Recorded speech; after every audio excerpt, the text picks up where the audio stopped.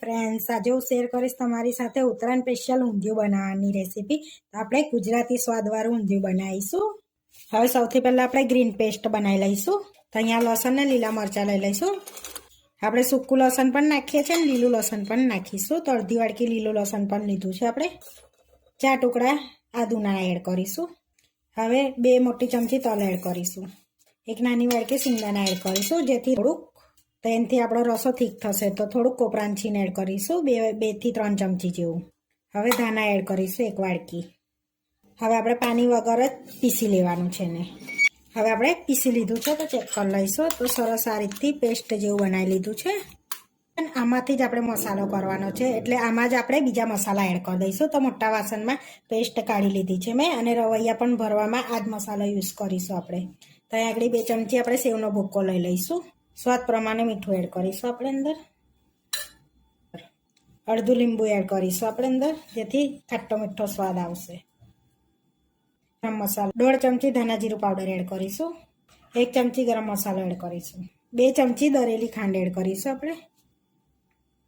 હવે સરસ હાથથી આપણે મિક્સ કરી લઈશું આ રીતના મસાલાને. તો આ મસાલો બધામાં યુઝ કરીશું આપણે. હવે બધું મિક્સ કરી દીધું છે. હવે આપણે મુઠિયા બનાવી લઈશું. મેથી લઈ લીધી છે, તો 1.5 કપ આપણે મેથી લઈ લીધી છે, તો ધોઈને લીધી છે અને કોરી કરી લીધી છે. હવે એક મોટા વાસણમાં એડ કરી દઈશું. 2 ચમચી ધાણા એડ કરીશું. હવે 1 વાડકી ઘઉંનો લોટ એડ કરીશું આપણે. તો અહીંયા જે ભાખરી બનાવે છે ને એ જ લીધો છે મેં. 1 કપ આપણે બેસન એડ કરીશું. બીજું જરૂર પડશે તો એડ કરીશું આપણે. થોડી હળદર એડ કરીશું. તો મસાલામાં લાલ મરચું એડ કરીશું 1 ચમચી. અડધી ચમચી ગરમ મસાલો એડ કરીશું. ધાણા જીરું પાવડર એડ કરીશું 1 ચમચી. અડધું લીંબુ એડ કરીશું આપણે. તો હવે મુઠિયામાં ચટપટો સ્વાદ આવે એના માટે ખાંડ પણ એડ કરીશું. તો અહીંયા મેં દરેલી લઈ લીધી છે, તો 1.5 ટેબલસ્પૂન જેટલી દરેલી ખાંડ એડ કરીશું. તમે આખી પણ એડ કરી શકો છો. સ્વાદ પ્રમાણે મીઠું એડ કરીશું આપણે. અડધી ચમચી અજમો એડ કરીશું હાથેથી ક્રશ કરીને. 2 થી 3 ચમચી જેવું તેલ એડ કરીશું. તો વધારે તેલ એડ કરવાનું નથી. સોડા એડ કરીશું આપણે. હવે બધું મિક્સ કરીને સરસ લોટ બાંધી લેવાનો છે. તો આપણે મીડિયમ સોફ્ટ લોટ બાંધવાનો છે, કે બહુ કઠણ નહીં બહુ ઢીલો નહીં એ રીતનો. તો તેલનું પ્રમાણ ઓછું રાખીશું આપણે. બહુ તેલ એડ કરીશું તો એની અંદર ખુલી જશે તેલમાં તરતી વખતે. તો આપણે અડધો કપ બેસન હજુ એડ કરીશું.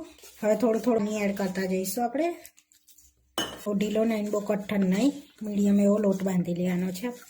સરસ એવો લોટ બંધાઈ ગયો છે, તો જોઈ શકો છો મીડિયમ સોફ્ટ આ રીતનો લોટ બાંધવાનો છે આપણે.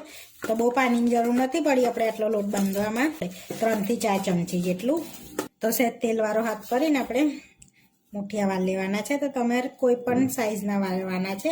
તમે નાની સાઈઝના બોલ પણ વાળી શકો છો, અને લાંબી આ રીતથી તમે લાંબા પણ વાળી શકો છો. તો આપણે આ રીતના મીડિયમ સાઈઝના બોલ વાળી લઈશું. તો આ રીતે બધા વાળી લઈશું. આપણે મુઠિયા વારી લીધા છે. હવે તરી લઈશું. તો અહીંયા તેલ ગરમ કરવા મૂકી દીધું છે, તો સરસ લઈશું. સરસ તેલ ગરમ થઈ ગયું છે. હવે આપણે મુઠિયા એડ કરી દઈશું આ રીતે.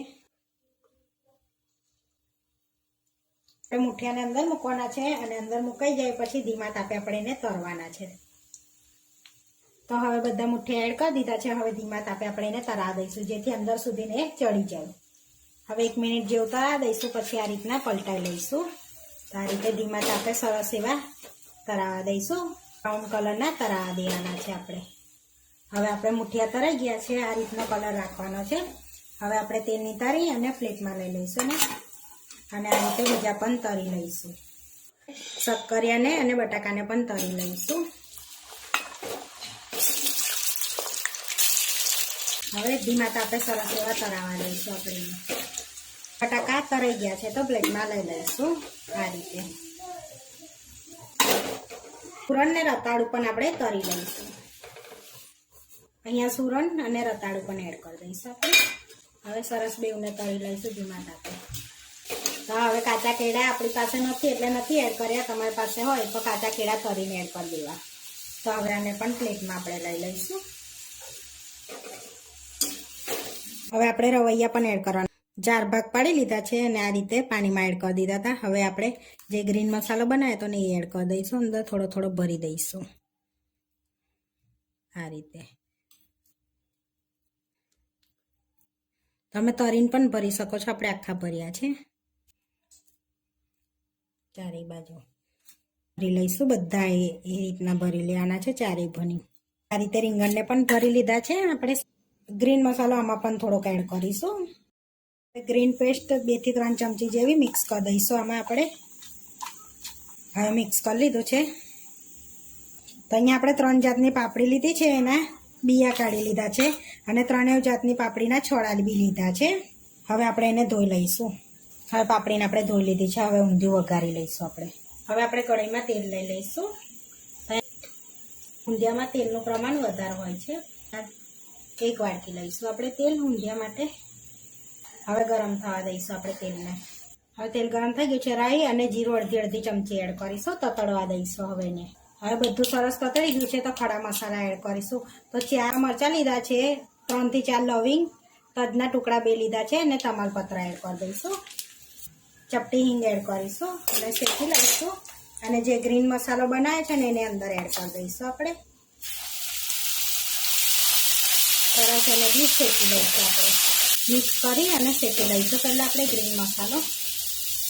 હવે મસાલા કરી લઈશું. આ મસાલો શેકાઈ ગયો છે તો 1.5 ટીસ્પૂન ધાણા જીરું પાવડર એડ કરીશું. 1.5 ટીસ્પૂન ગરમ મસાલો એડ કરીશું. અહીંયા કાશ્મીરી લાલ મરચું અને તીખું મરચું 1.5 ટેબલસ્પૂન એડ કરીશું. તીખું વધારે એડ કરીશું. 1.5 ટેબલસ્પૂન ઊંધિયાનો મસાલો એડ કરીશું અને શેકી લઈશું આપણે એને પણ જોડે સરસ એવો. હવે આપણો મસાલો શેકી લઈશું આપણે 2 મિનિટ સુધી. તો 2 મિનિટ થઈ ગઈ છે, મસાલો શેકાઈ ગયો છે. હવે પાપડી એડ કરી દઈશું અને મિક્સ કરી લઈશું પહેલાં અને પાપડીને હવે અડધો ગ્લાસ પાણી એડ કરીશું આપણે, જેથી આપણા દાણા બફાઈ જાય. અડધી ટીસ્પૂન હળદર એડ કરીશું અને મિક્સ કરી લઈશું. રીંગણ એડ કરી દઈશું આ રીતે અંદર. આપણે ધીમા તાપે એને 10 થી 15 મિનિટ માટે થવા દઈશું. મીઠું એડ કરી દઈશું એટલે વહેલું કૂક થઈ જાય ફટાફટ.